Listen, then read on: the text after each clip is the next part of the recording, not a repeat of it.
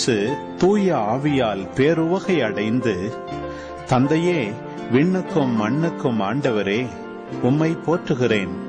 ஏனெனில் ஞானிகளுக்கும் அறிஞர்களுக்கும் இவற்றை மறைத்து குழந்தைகளுக்கு வெளிப்படுத்தினீர்.